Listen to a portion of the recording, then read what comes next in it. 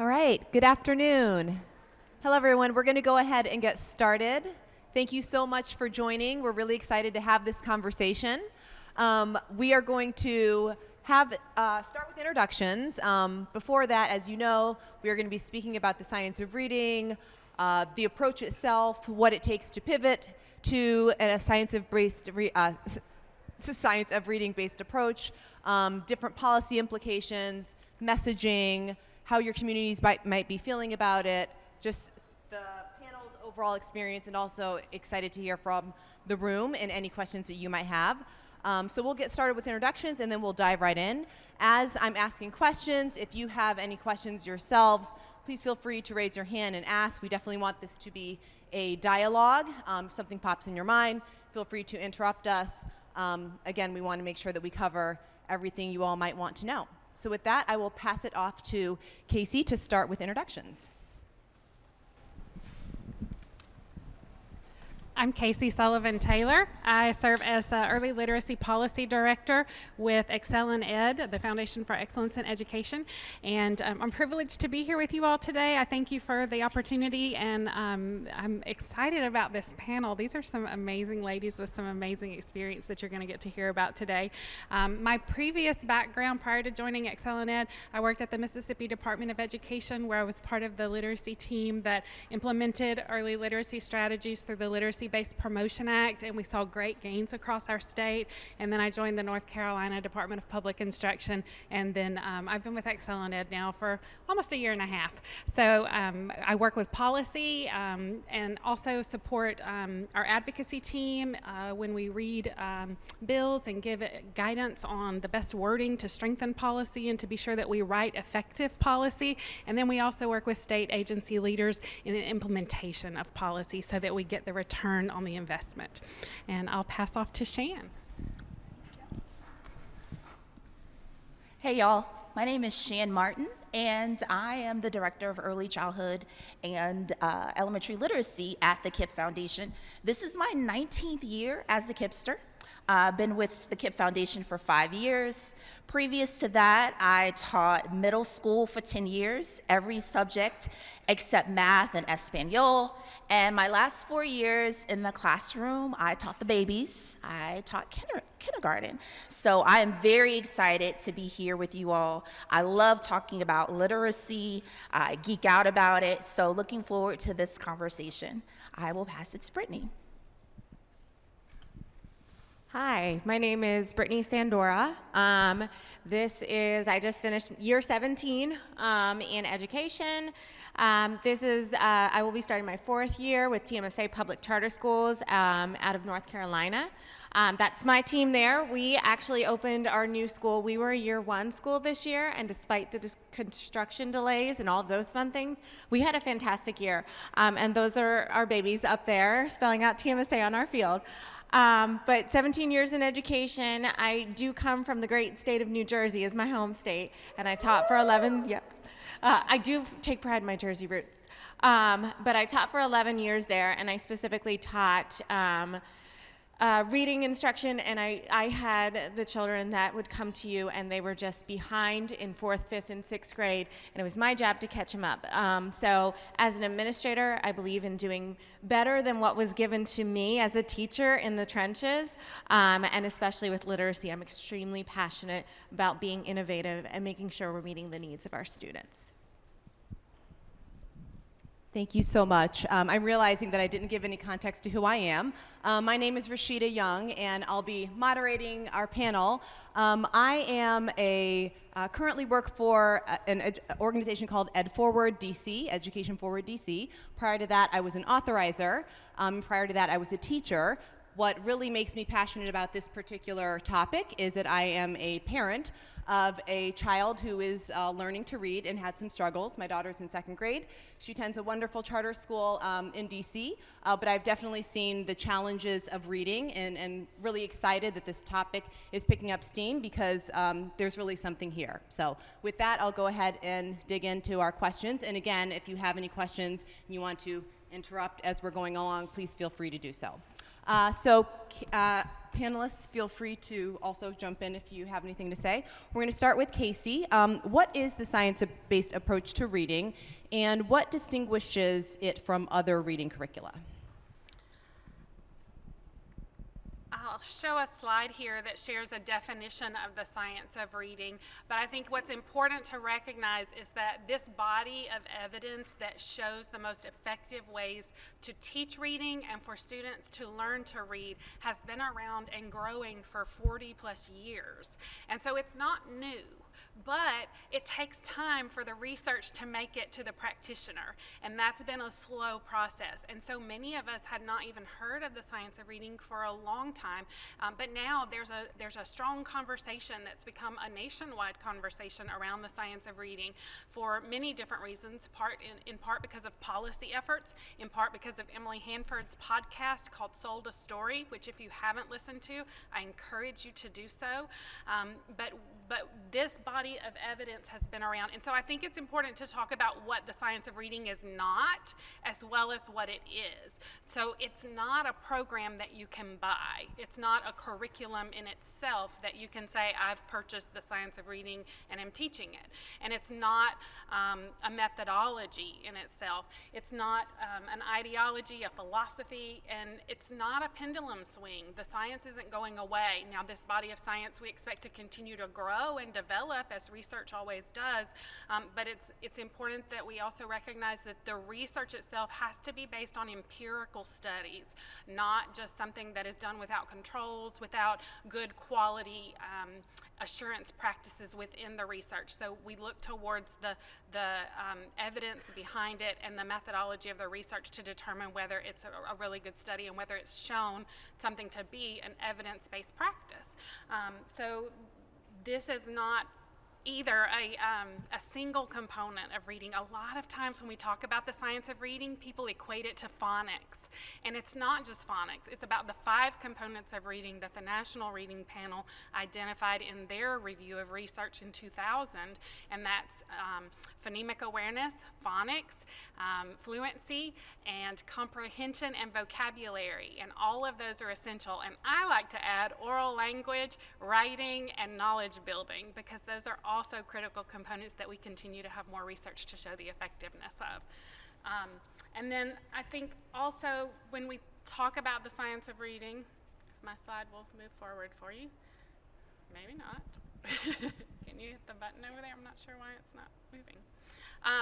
We have to talk about science of reading as kind of the why and the what, but structured literacy is the how. It's the instructional processes. So when we look at the instruction to teach in alignment with the science of reading, we look to programs that are based on a structured literacy approach. If you look at this diagram, you can see around the outside, it talks about kind of the how. We teach explicitly, we teach systematically, cumulatively, and we have to use a diagnostic approach where we're determining what the students need to learn. And then internally, it looks at those components of reading and it breaks them down. And so these are critical components about the science of reading, and we know that all students benefit from the science of reading. So Rashida, Thank you. I'll pass back to you. Yeah, no, that's helpful. I'm going to move next to you, Shan. I know that KIPP is, one of the largest operators of charter school networks in the country, and is, makes a lot of its decisions based on research and data. So how did KIPP decide?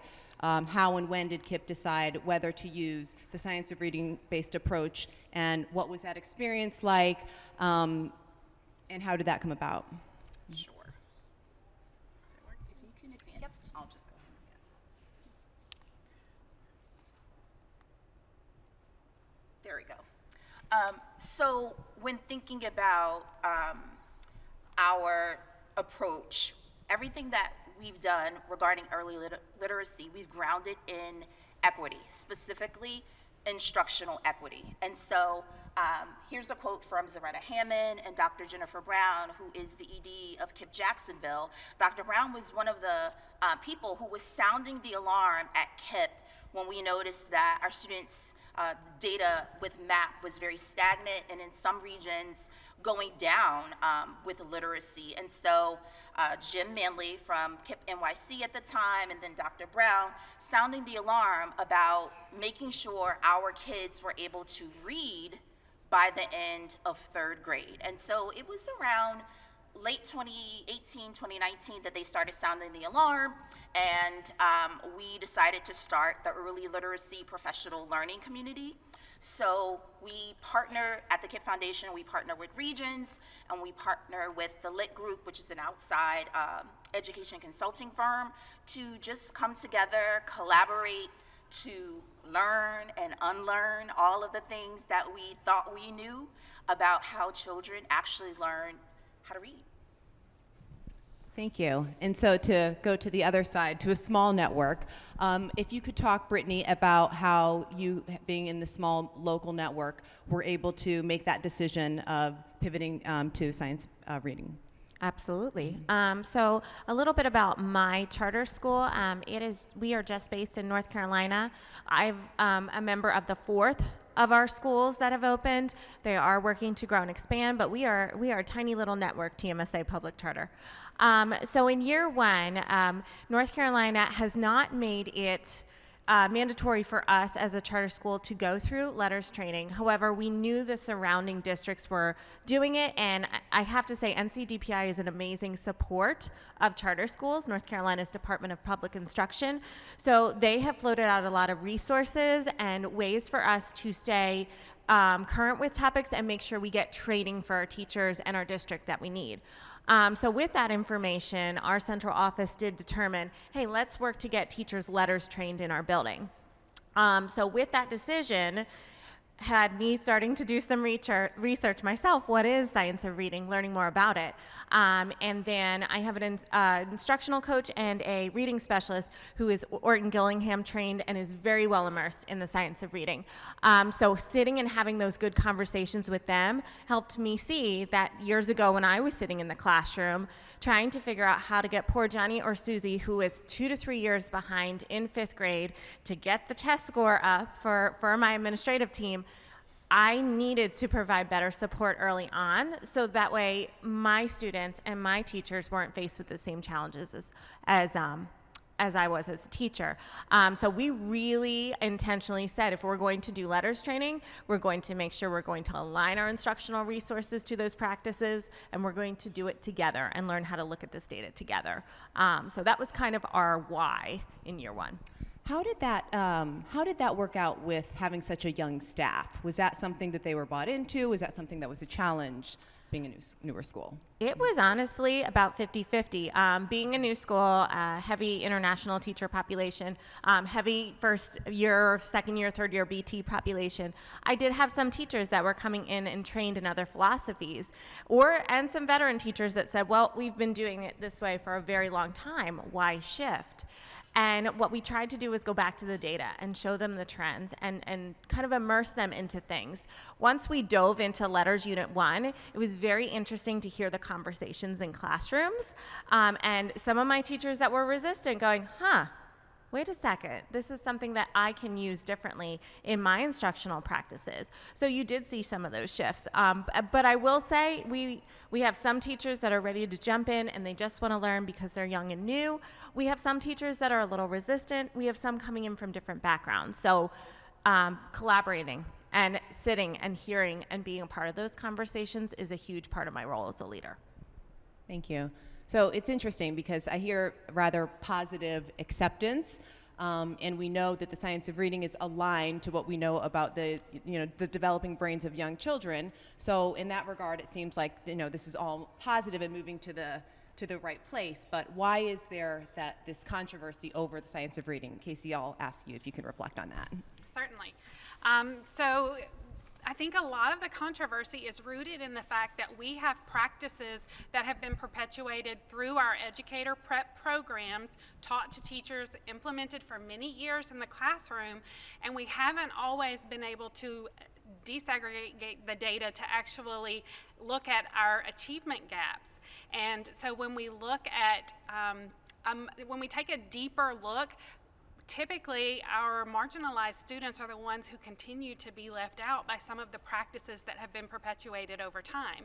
And so, I've heard one professor even say, well, that's your science, it's not my science. And that was in my hometown of Hattiesburg, Mississippi. And so, we have to kind of look past what we might have held on to because we've done it for so long and go back to what the research actually says about effectiveness, and then what is our data showing about effectiveness. But even the recent NCTQ report that was just released this month, they have demonstrated that 25% of ed prep programs is all that has really taken an intentional focus in teaching all the components of literacy that are necessary for quality instruction.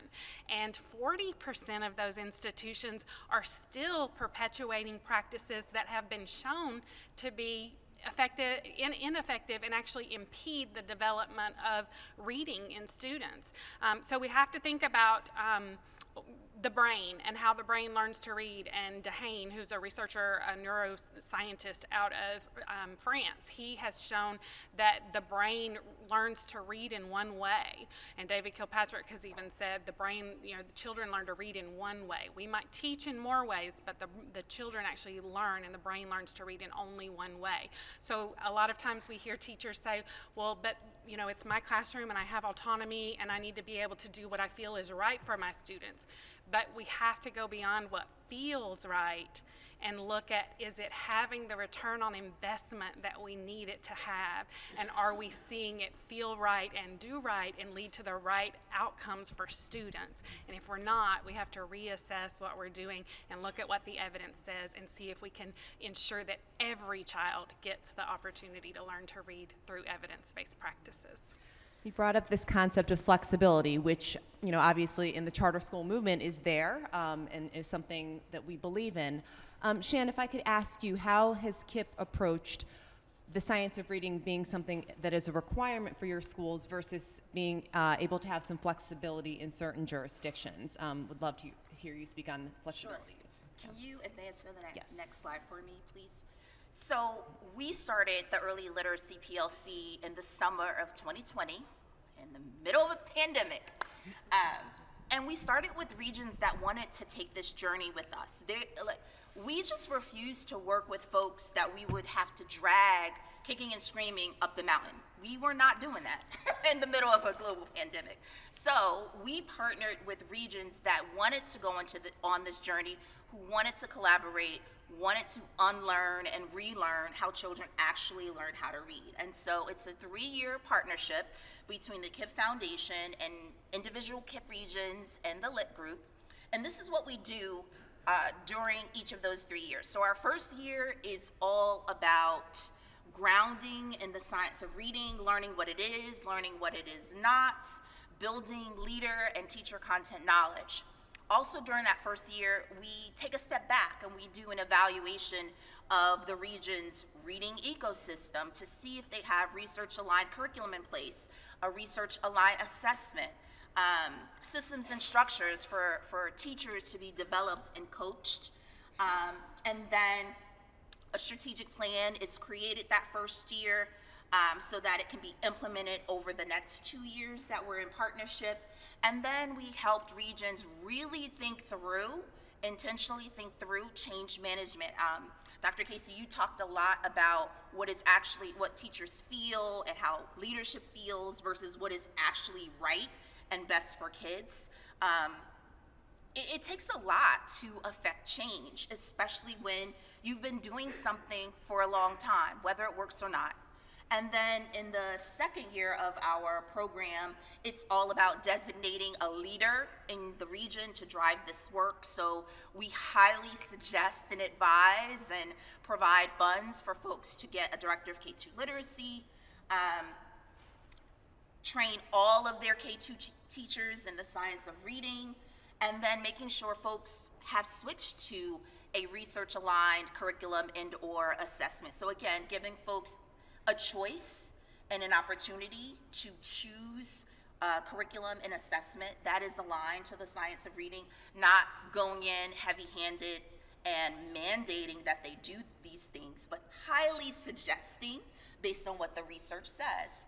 And then in year 3, it's all about progress monitoring and tweaking. What is working for whom and under what conditions? Why isn't it working? A lot of times in education, we throw the baby out with the bathwater. We don't really take an opportunity to step back and figure out why it wasn't working or why it was. Year 3 is all about systems and structures, making sure that your AP can actually coach and not just cover lunch duty all the time, but can actually coach and mentor teachers. So regions still have autonomy. We are moving into something called one KIP. We're phasing it in over the next 2 to 3 years, where we're saying, here's some of the best practices that regions have had success with in terms of curriculum, in terms of assessment, that folks can choose to implement. So it's not like a very heavy-handed approach. KIP regions still have the autonomy to be KIP NYC or KIP New Jersey, but we're saying, here's some things that have worked, and here are the conditions under which they worked, and then letting regions decide how they want to move forward with us. Before I move on to the next question, I just wanted to double check and see if there was anything any of our panelists have spoken on that you might want to probe on or ask for more detail. We'll definitely have time toward the end for more just general questions, but before I move on, just wanted to see if there was anything that might have piqued a question. Yes.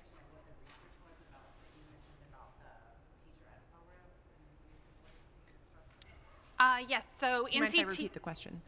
Yes. You asked about the research, what the research showed. Or what the research, where was that research? Okay.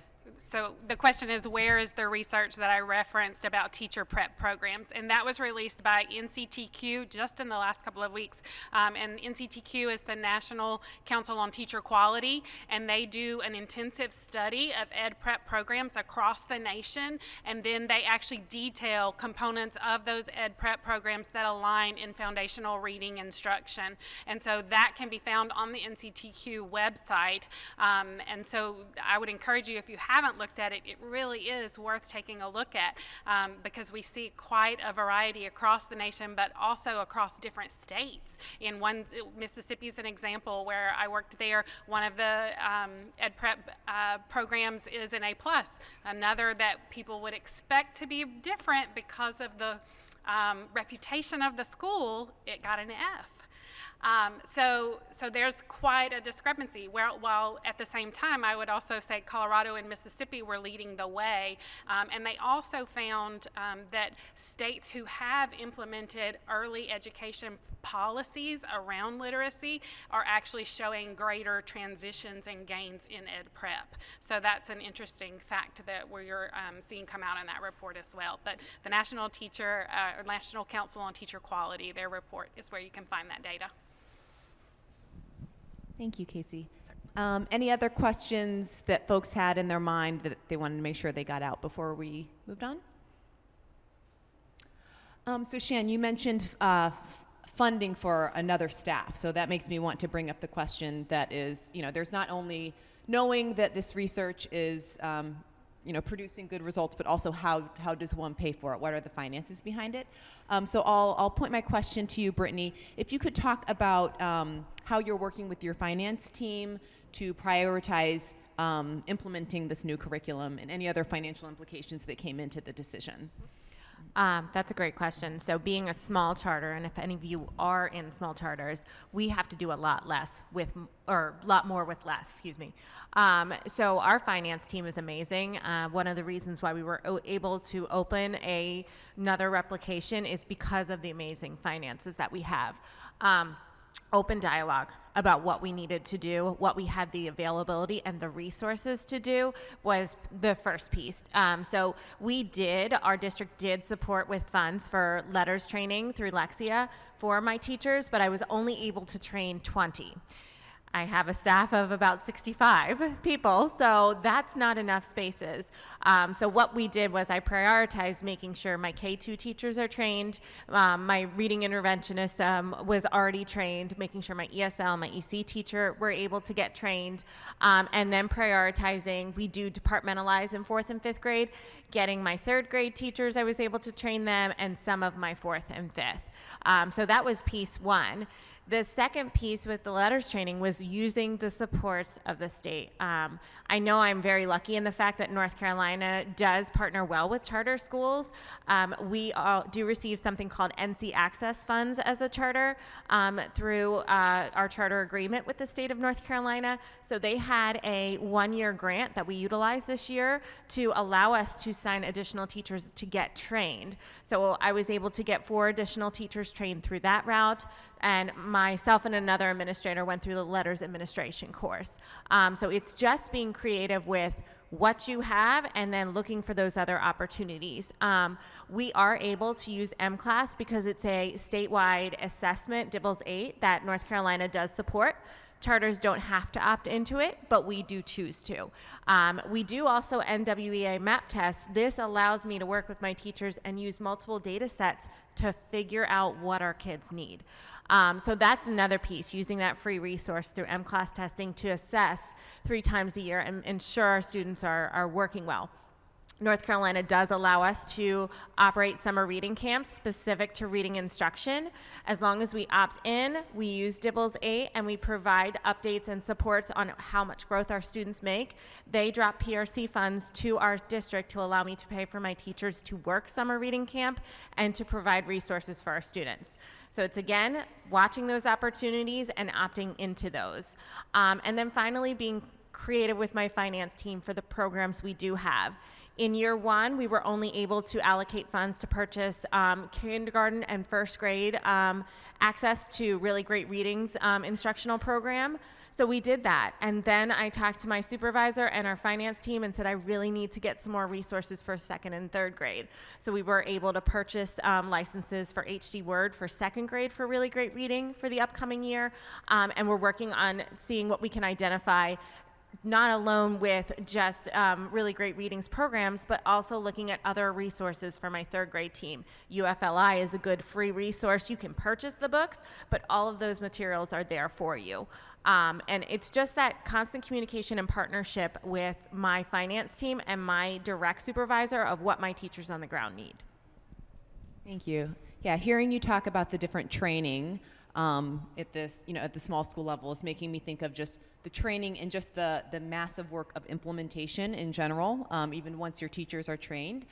Shan, I'd be interested in hearing from you how the implementation looks different depending on the KIPP site and how your team has to prepare for the differences across nationally, different types of schools. Sure, that's a great question. If you can advance to the next slide, it will show you the different PLC regions and what year everyone is in. Some regions that I work with only have 1 school.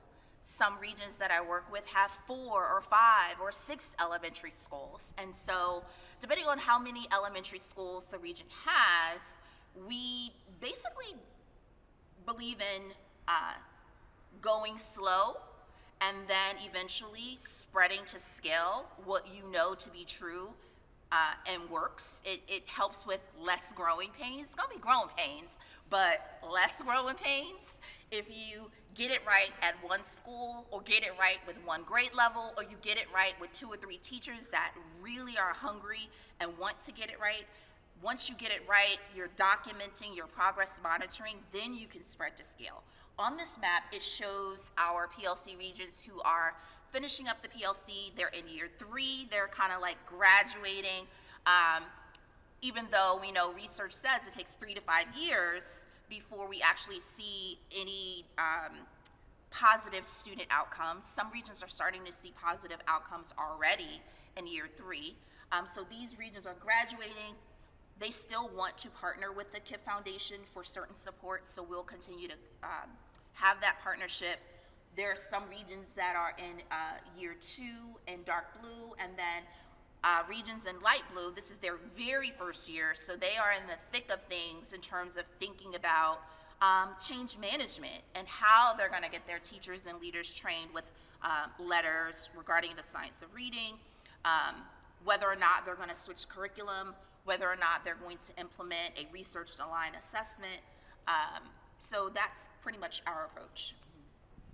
Yeah, seeing this map I think is fascinating, and just seeing the different, the different trajectory, the different times I guess you're rolling it out at different stages in different KIPP schools. This is making me interested just to know from our audience, if you are in a school district or jurisdiction where you're seeing science of reading being rolled out, could I just see a show of hands if this is already happening in your city, your district? So I see some like yes, a little bit, maybes.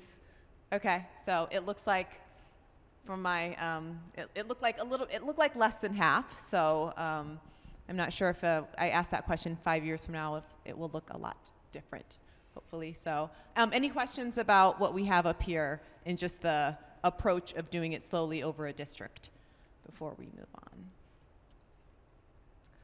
on? Casey, to come back to you, if we, talking about student outcomes in the research, what are we seeing in student outcomes when it is implemented versus when it is not implemented?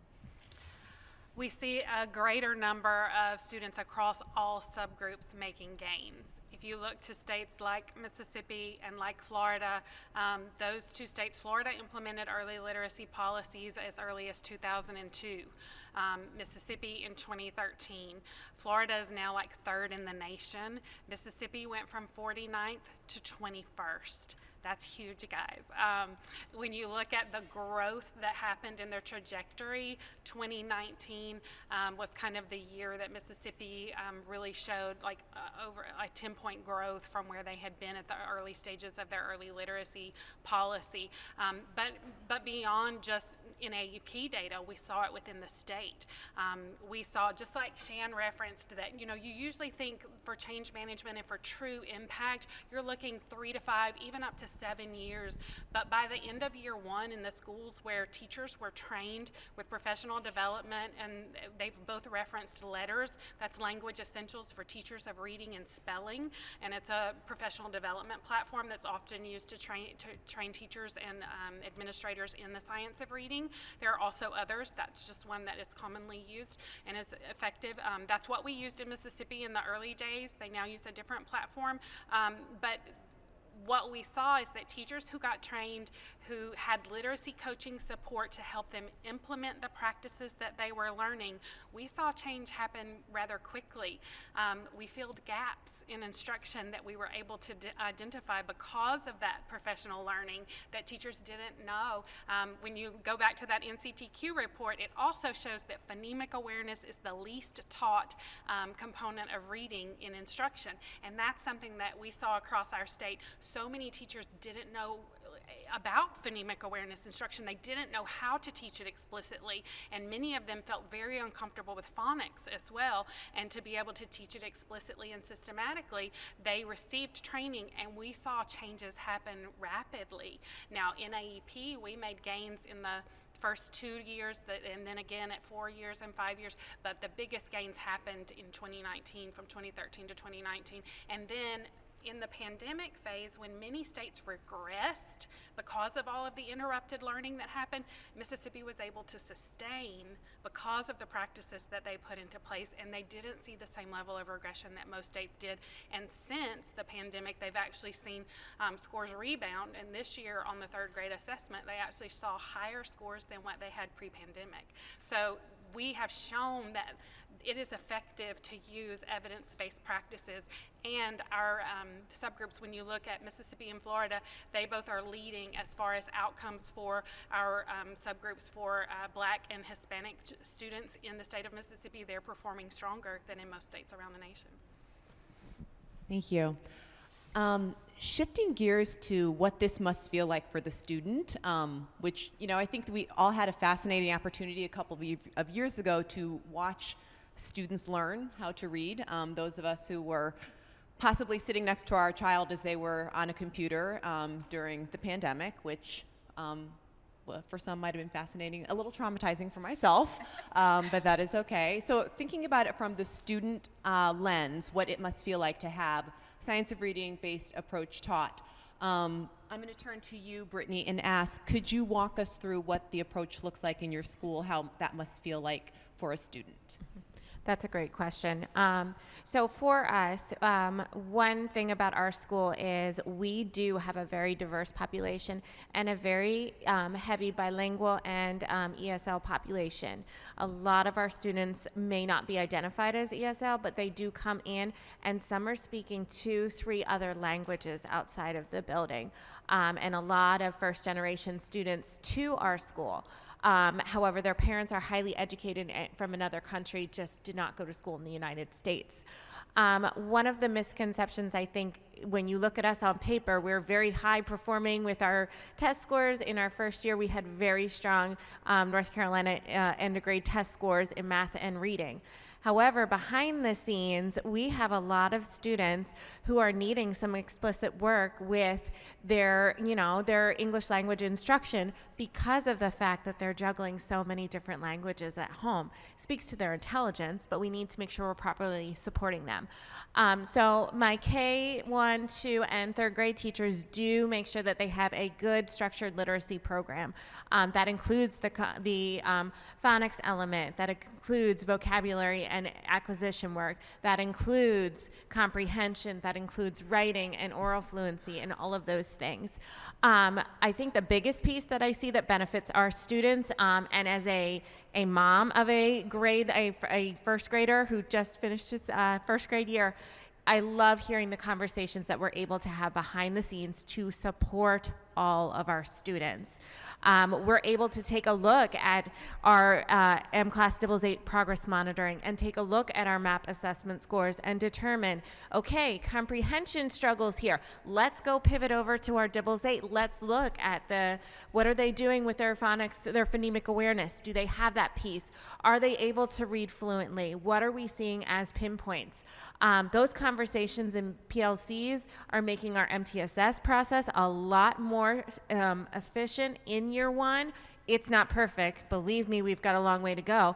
But, in talking about our data walls for next year, we're going to be able to say, okay, here's M-Class, here's MAP, here's day-to-day progress. What is it that we're seeing? We're able to identify what they need. And my teachers have an intervention block every single grade level, 30 minutes a day, where my ESL, my reading interventionist, and my EC team, they're able to pull out.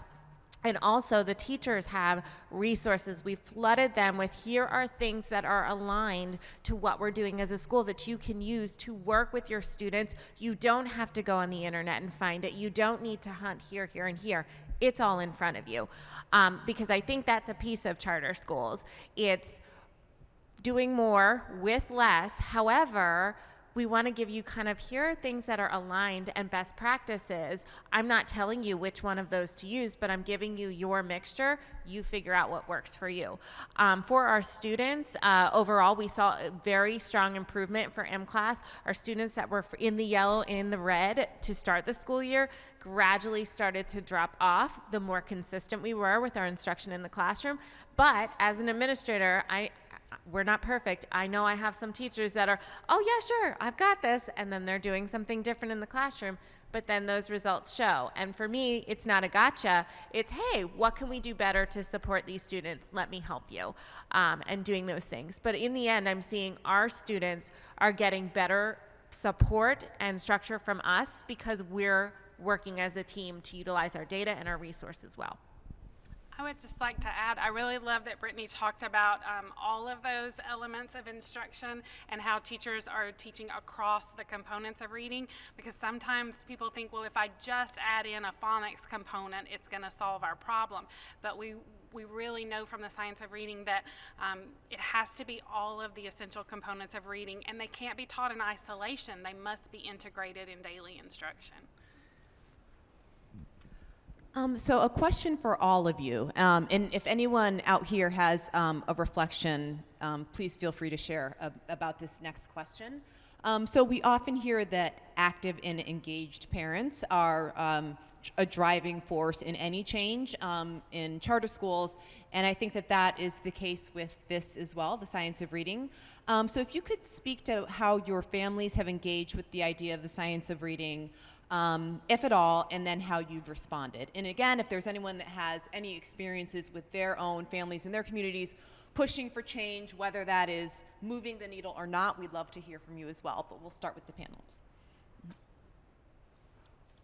You feel free to start. So again, unique to our school, a lot of the families that do apply to come to our school through our lottery, they are math and science obviously engaged. If you look at our name, we are a math, science, STEAM focused school. However, one of the things that is helpful for me to bring to the table is knowing that those parents are hyper focused on math and science and enrichment there. We've done a lot of work to educate them that reading is a huge component that drives that math and science. You can be an amazing mathematician, but if you can't read and comprehend your textbooks and the word problems and things of that nature, it will never come to play the way that you need it to. Also, it does help my administrative experience. I've done it all, y'all. I've done K-12. I do prefer my littles, but being in high school and supporting our high school administrative team for a year when we had a vacancy allowed me to really learn and understand what colleges are looking for. And that's a huge piece with our parent base that I'm driving. Down the road, I know that you've got these big visions and plans. This is important because a college is going to look to see that your child is well-rounded and they have strong reading background and they have strong, math and science and those things. So that's how I kind of tackle my heavy hitters that are, well, yeah, that's reading. I'm worried about the math and science. As far as educating our parents, year one, I'm going to be honest, we were just surviving. We had it into a construction delay that made our start wonky. We moved into a building late. We didn't get copiers till December. If you've ever had teachers without copiers, I'm lucky I have everybody coming back next year. So we are intentionally planning right now, and in the spring we started our lighthouse teams that we have in our school, and our academic team and our family engagement has already talked about reading nights. We need reading nights. We need those nights where the parents are coming in and they're learning about what we're doing in the classroom. For me as an administrator, it's very helpful when we're sitting and having those intense academic conversations and my teachers loop me in and say, hey, Sandora, can you be there?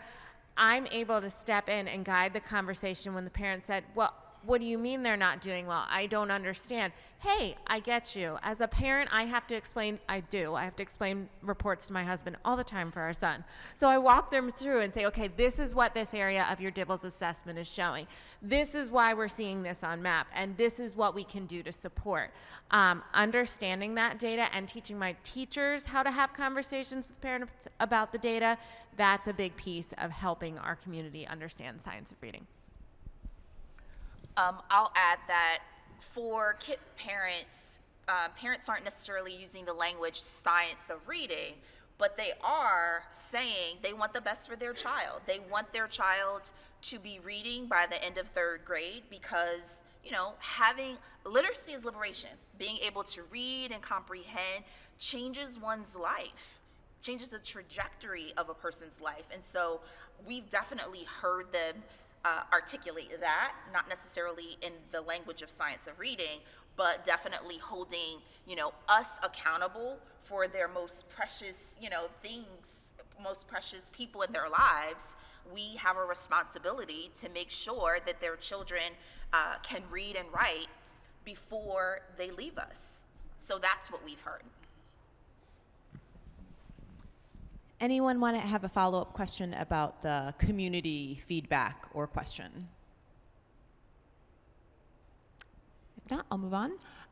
I'll just say from my own reflection, and again, I am not a science of reading expert. I am simply a parent with a child. And the conversations that I've heard parents talk about, I think, are exactly what you just spoke about, Shan, where there is a desire to figure out how to do something a little bit different, but it wasn't until, a lot of what we've seen in the news and the podcasts have come out that there's been this shared language about science of reading. But even before that, there was just a lot of dialogue about what could we possibly do a little bit different to, help those kids out that are still not there. And again, being fresh off the pandemic, I think there was a real hunger to try to figure something out, even though the schools were doing their very best. So I appreciate that. So another question, and this is going back to something we talked about before, just this notion of flexibility. Again, this is kind of like the hallmark of charter schools. So if we could go back again, and this is for all of you all, a key area of flexibility is curriculum. So with that in mind, how do you feel that flexibility interacts with the science of reading? And do you feel like it is enhancing your ability to implement that science of reading-based approach, or just what are some of the challenges or wins that you've had as it relates to flexibility? So it's listening. That is a big piece I've learned in year 5 in administration. Sometimes I listen. Now, I don't have to always be agreeing, but I listen and I hear the other side. So when we started our letters training, we actually did it with our Star campus. You could hear with the initial video that they have you go through before you start, grumbling in the crowd. Oh, another curriculum program they're going to make us do because they're trying to control what we're doing. It's not something that I needed to challenge, but it was something I needed to hear. I am, again, very intentional about how I do things with my team because we are a team. And I'll always say my team. And that's emails, hey team. So it was sitting down after those initial letters trainings. It was working with our teachers who were struggling with all of the things starting a school year and saying, we're going to do this slow. Don't stress out, but how do we do this slow and how do we do this well? And it's having those conversations that are not, and I'm direct, I'm a northerner, but instead of being, this is what you're going to do, hey, I see that we're struggling to do this. What can I do for you? For example, my first grade team, they were all brand new teachers, gone through teacher prep programs except for one. So out of 5 teachers, 1 had teaching experience beyond student teaching. So we were just surviving the first few weeks. And when I sat with them and I said, hey, I noticed that you guys have not taken off with your really great reading curriculum. What do you need to do? How did that initial session go?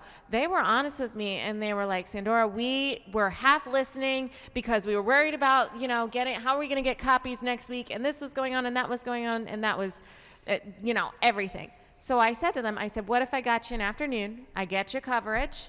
We sit down with our trainer, Sarah, and we go back through it. And we really give you time to intentionally work and practice. And that's what we did. We did it in January. We had to backtrack to go forward. But the progress that you saw and the weight off my teachers with tackling something new was amazing. They were like, oh my gosh, this isn't as hard as it needs to be. Here's the things that I can work on. It just took away that weight. And it was me being flexible and saying, well, I gave you this, if I was like, I gave you this training, you didn't do it, and I'm never going to get anywhere. It's listening to them, it's hearing what they have to say, and then it's working together to go forward. And then just the second piece I want to add, I never taught the same way twice as a teacher, and I'm not saying I taught something completely different, but those of you on the ground know you change, you tweak, you do things differently. So instead of saying you will use this and you will use that, giving them a good bank of resources and allowing them to select lets them know, hey, I'm asking you to try this, but I'm asking you to use what you feel comfortable to do to try this. I think that's another important piece that I've had. So I would just add that as we build teachers' knowledge in what the science says about evidence-based practices and literacy acquisition for students, we also see teachers be more discriminating as consumers of resources. So it empowers them and equips them to know what to look for and to identify what's missing, because the fact is there's no perfect curriculum. They all have something that can be strengthened. And so that ability for teachers to build their knowledge and to know this resource is good because it has all of these things, but when I get to this piece, I have to bring something else in to supplement it and to ensure that my kids get everything that they need. And that's a piece where teacher training really makes the difference for them to be able to make those choices wisely. We were earlier, the 3 of us were talking about curriculum and how curriculum is just the floor, right? And so, because there's so many other things that have to be in place in order for this curriculum to work. And so, the way that we approached it in our first year of the PLC, we have, all of these brilliant minds coming together to collaborate. We went back to the research. Like, what does the research say? Like, what components really need to be in place in order to make sure it's aligned to the research.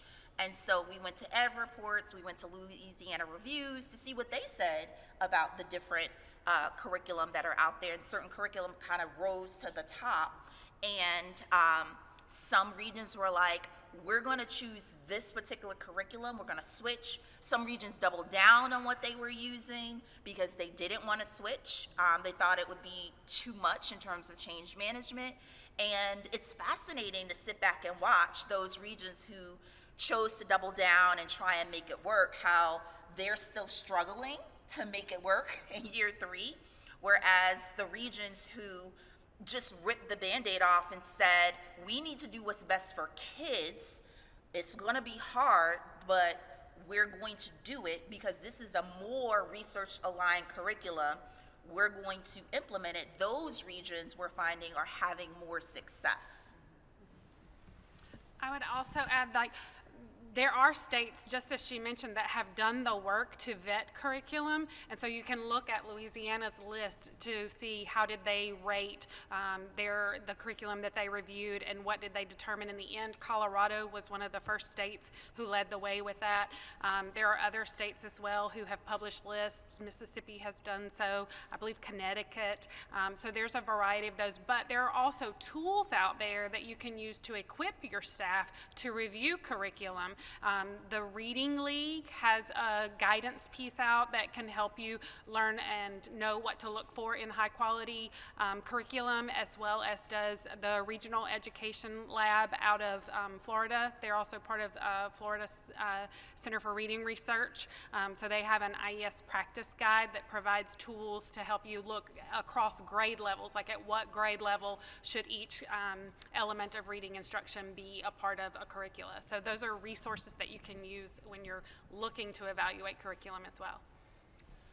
I'm going to open it up for any questions that folks might have about any of the topics that the panelists have already shared, or anything new that came up. I thought I saw a hand in the back, but I'm not sure if, yes, okay. And feel free to, I'll bring the mic just so you don't have to yell.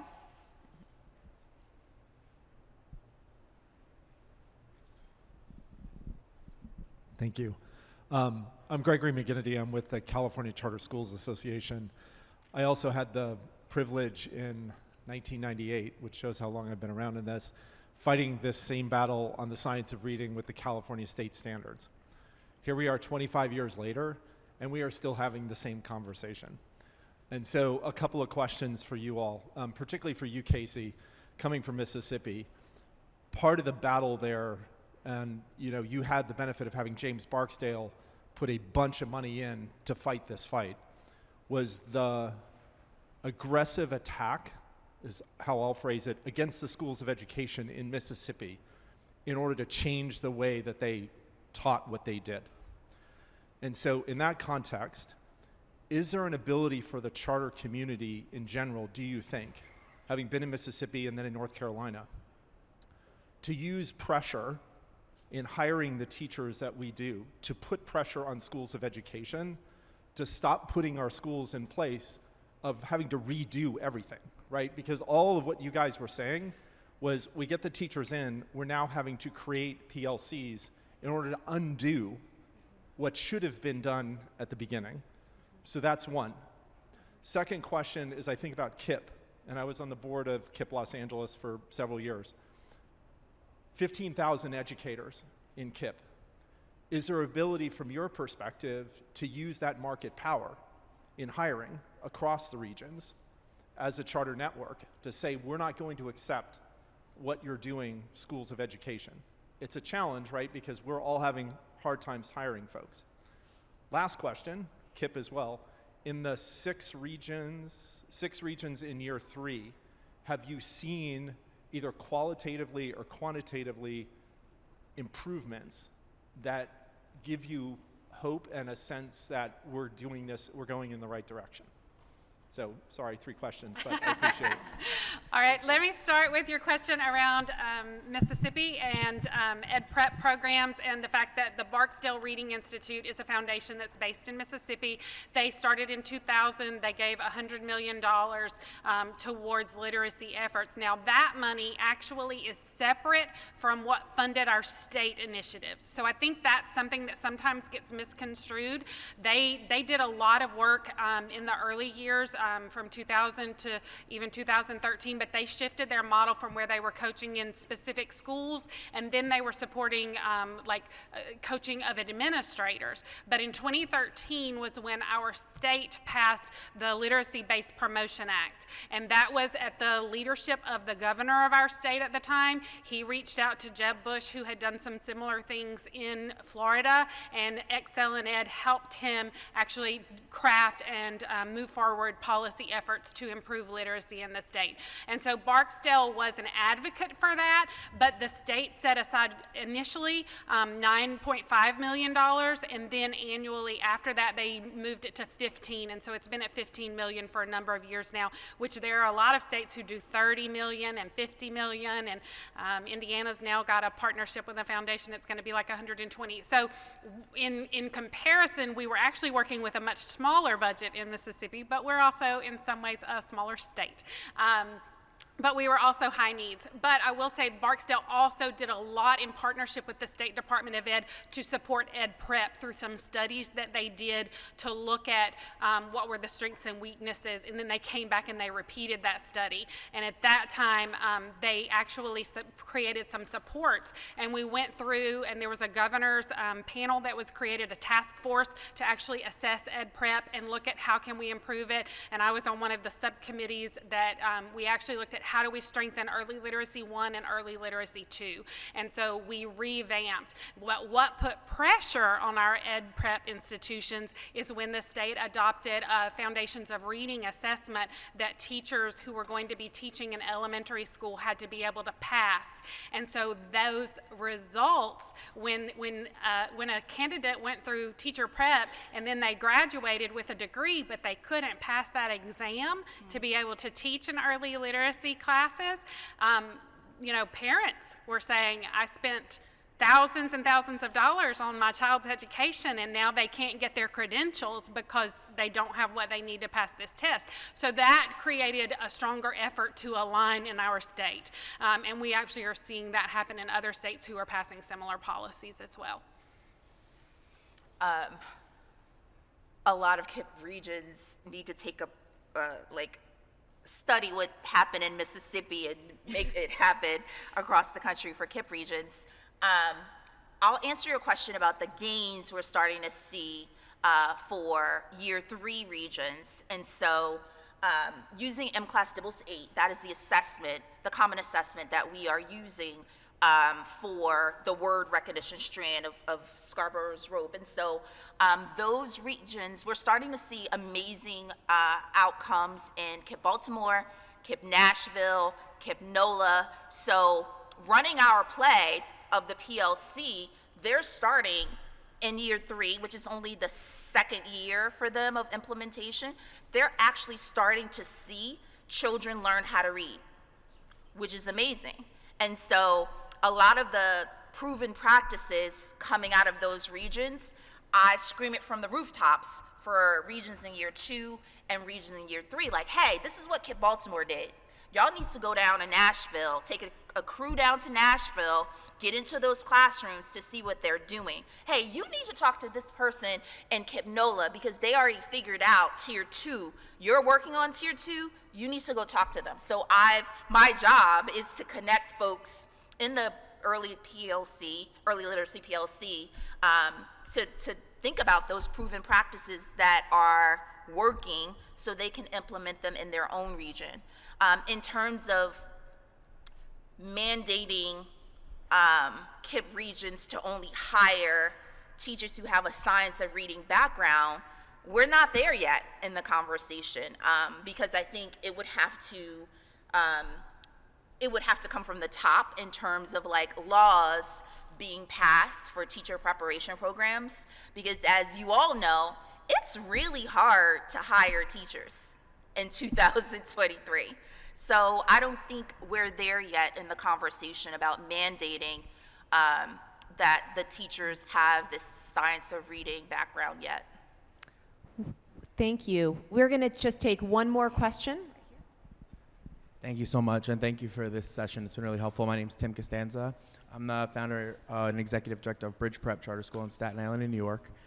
We are the first school in the Northeast in New York State that's designed specifically for students with dyslexia and language-based learning differences. And so I appreciate your question because it's something that we're dealing with now. I sit on the New York City Literacy Advisory Council and the New York State Dyslexia Task Force. We're working with institutions of higher learning in New York City and New York State, identifying programs that are already strong in the science of reading to then be able to pair districts to send teachers to. I think that one of the things I've learned in our 5 years, we're in our first charter term, and we're up for renewal, is that this science of reading is deemed as a private school approach. That this is not a public school thing, that this happens in private schools. And we've been able to really highlight not just our work, but the work of good charter schools across the country to show that this has been happening long before it was cool to talk about the science of reading, which is what we're seeing in New York City. My question actually is, and it's something that we're getting into in our second charter term, is how we take the lessons that we learned and the strategies that we're doing in the science of reading and push that across content. Because I think that this is something that we also see that it's only something we talk about in elementary school. It's only something we talk about in ELA, and this is cross-content, cross-grade. So I am curious to hear from some folks about like what this looks like in your schools in math, in science. Are we taking what we're learning on these beliefs and these core values from the science of reading and incorporating it across content? Do either of you want to answer, or should I? You want to go? And then That's a great question. So I'm a little further behind you in the years with the school, but the reflection piece is going on for us right now.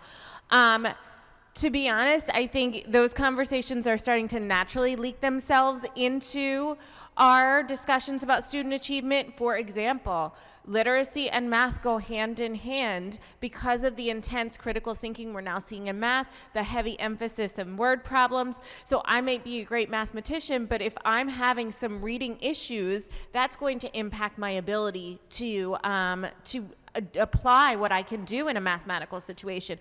So it's having those good intentional conversations when you're talking about your data and student performance.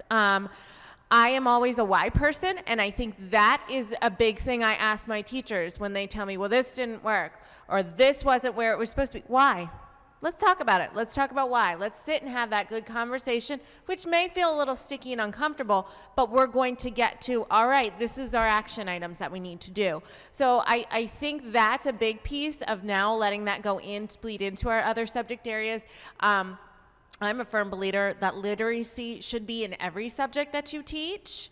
And I know that when you get to the upper grades, that's harder because you've got your 8th grade science teacher. They are science certified. That's what they know. If you tell them they have to teach anything literacy-wise, they're going to look at you like you have 5 heads, right? When we make those conversations intentional and we let everybody see how working on all of this together benefits everybody, and then most importantly, the kids, I think that's the big piece that allows us to start those cross-curricular connections. I think there's so many pieces that are cross-curricular, and it doesn't stop at 3rd grade. The science of reading and the evidence-based approaches extend on. And so being able to share that learning, like we've had people in Mississippi at first would say, well, I only teach math, and so I don't really need to do the letters training. Well, yeah, we're going to let everybody do training because we know that they are integrated subjects, and then people change their content areas at times. But then when we think about all the research that has come out about the importance of knowledge building, where some people will say, oh, well, we're going to focus on literacy and we'll only do social studies and science like 2 days a week each, and then we'll use extra time for literacy or for interventions. But that social studies and science content is critical to building knowledge for our students to be better able to read and to decipher and to have the background knowledge to pull from to get to the comprehension stage of text. And so what we want to do is implement the literacy strategies so that we're doing word analysis. Maybe we're breaking down some of the words in the science passage to look for those Greek and Latin roots and affixes that help us better understand the meaning, and that we can then apply to future words in our learning as we go forward. In social studies, maybe we're looking at how we look at that text and the format of the text, and maybe we're using a graphic organizer to track things associated with facts that we're learning, and then critical thinking around those ideas. So it all is integrated, and I think that it's important that we find ways to do that in the early grades forward, but then we also can't think that it just stops at 3rd and 4th grade. There's science of reading-based evidence approaches that move on through the grades, and we want to be sure that we're growing readers throughout. We don't just want them to be able to read the words, but we want them to be able to critically think about that, and that continues to grow as the brain changes and students get older. So. Thank you so much. Thank you all. Really appreciate all of the insights from Casey, Shan, and Brittany, and also the great questions that you all asked, and thank you for just being engaged and for finding this topic as passionate as we all do. So really appreciate it. Thank you.